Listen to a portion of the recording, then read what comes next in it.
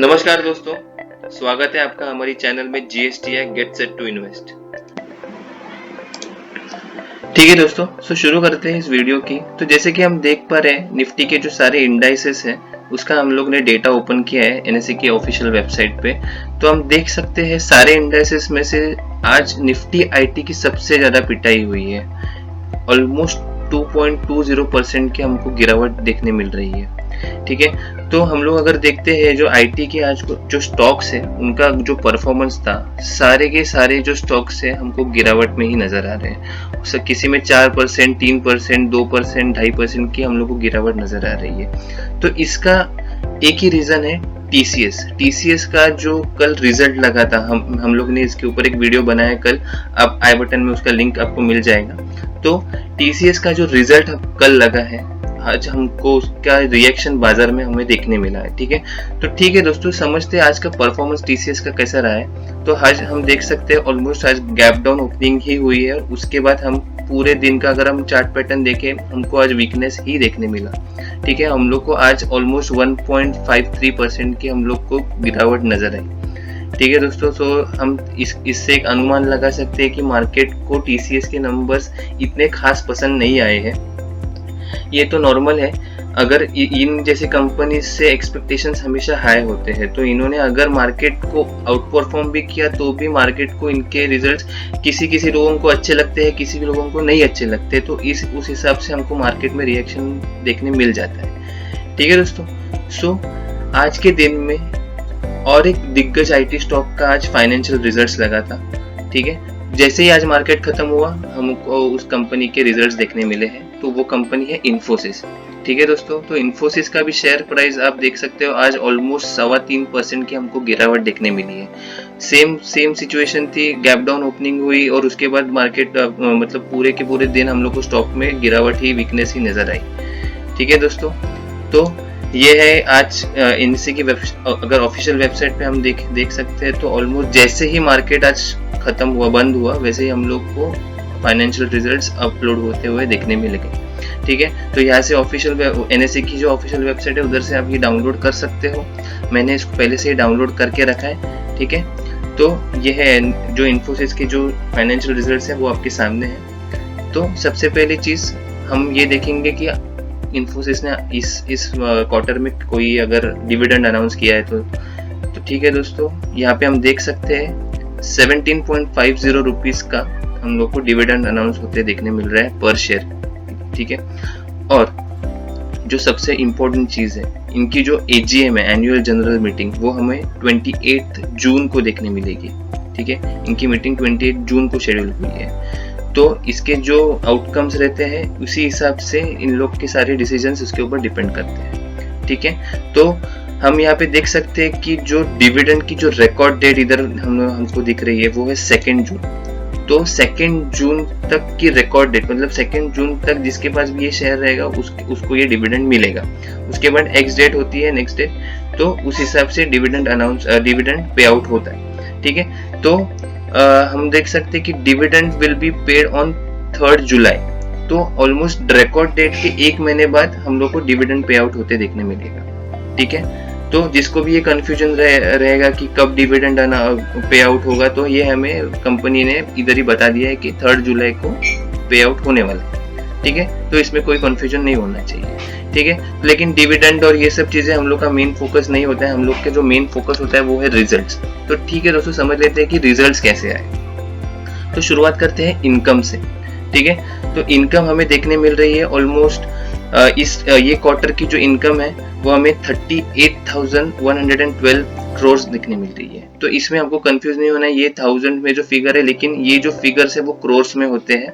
ठीक है, तो इधर ये शॉर्ट में लिखे जाते हैं समझ अंडरस्टैंडिंग पर्पस के लिए। ठीक है, और दूसरी चीज यहाँ पे फर्स्ट कॉलम में मार्च 2023 का जो रिजल्ट है वो डिस्प्ले हुआ है। सेकंड कॉलम में दिसंबर पिछले क्वार्टर का दिसंबर 2022 का रिजल्ट इधर डिस्प्ले किया गया है, और यहाँ पे पिछले ईयर मार्च 2022 का यहाँ पे जो रिजल्ट था वो यहाँ पे दिखाया गया। ठीक है, तो कंफ्यूज नहीं होना है।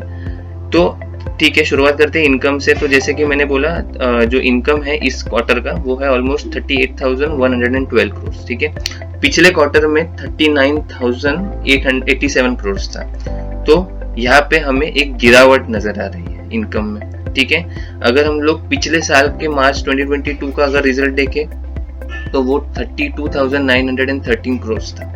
तो क्वार्टरली बेसिस पे तो हम लोग को एक गिरावट नजर आ रही है, लेकिन ईयरली बेसिस पे हम लोग को अच्छी खासी ग्रोथ नजर आ रही है। ठीक है दोस्तों, तो ये इसका जैसे इनकम आपका कम ज्यादा होता है उसी हिसाब से आपके बाकी के भी फैक्टर्स इम्पैक्ट हो जाते हैं। ठीक है, तो एक्सपेंसेस समझ लेते हैं। जो टोटल एक्सपेंसेस है वो एक्सपेंसेस हम लोग को देख रहे हैं इस क्वार्टर के हम लोग को 29,646 करोड़, पिछले क्वार्टर में थे 30,156 करोड़।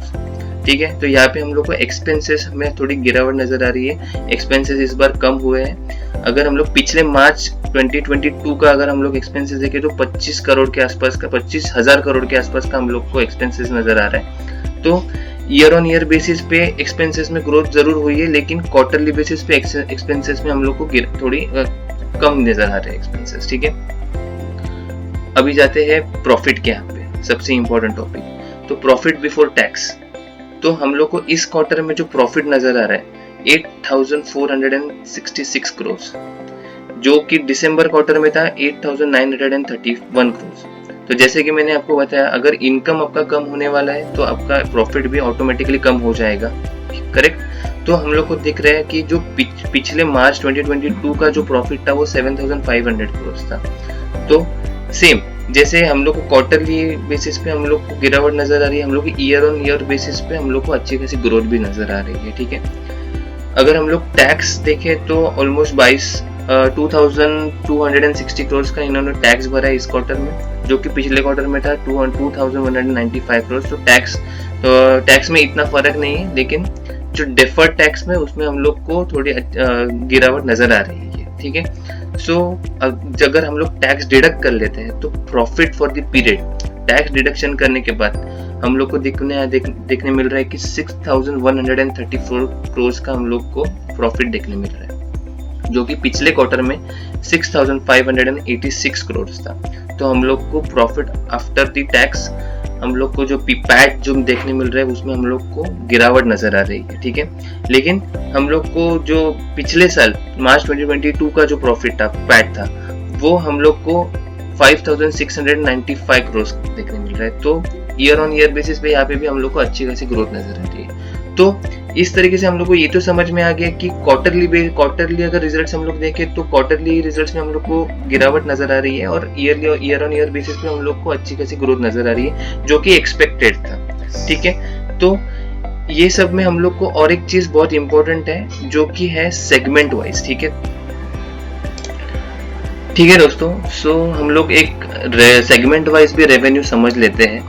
तो फाइनेंशियल सर्विसेज ये जो सेगमेंट है इनका, ये एक्सपेक्टेड था कि ये बहुत ज़्यादा हिट हो सकता है इस क्वार्टर में। तो हम लोग देख सकते हैं ऑलमोस्ट 10,818 करोड़ का इस बार का रेवेन्यू हुआ है, जो कि पिछले क्वार्टर में 11,200 करोड़ का था। तो यहाँ पे हम लोग को एक गिरावट अच्छी खासी दिखने मिल रही है।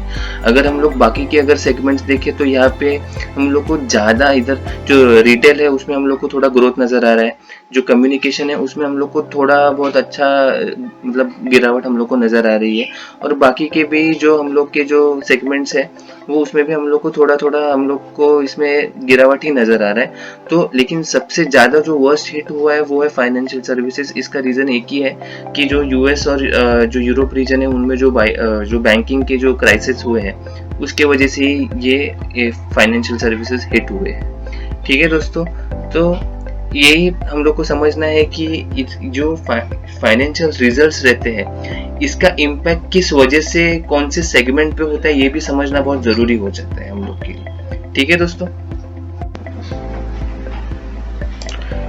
ठीक है दोस्तों, तो ये इसका ओवरऑल रिव्यू था हम लोग ने जो इन्फोसिस के जो रिजल्ट्स थे। और एक सबसे इम्पोर्टेंट चीज है जो कि हम लोग ने नहीं देखी अभी तक, वो है ईपीएस। ठीक है, तो ईपीएस भी एक बार देख लेते हैं कि ईपीएस क्या है।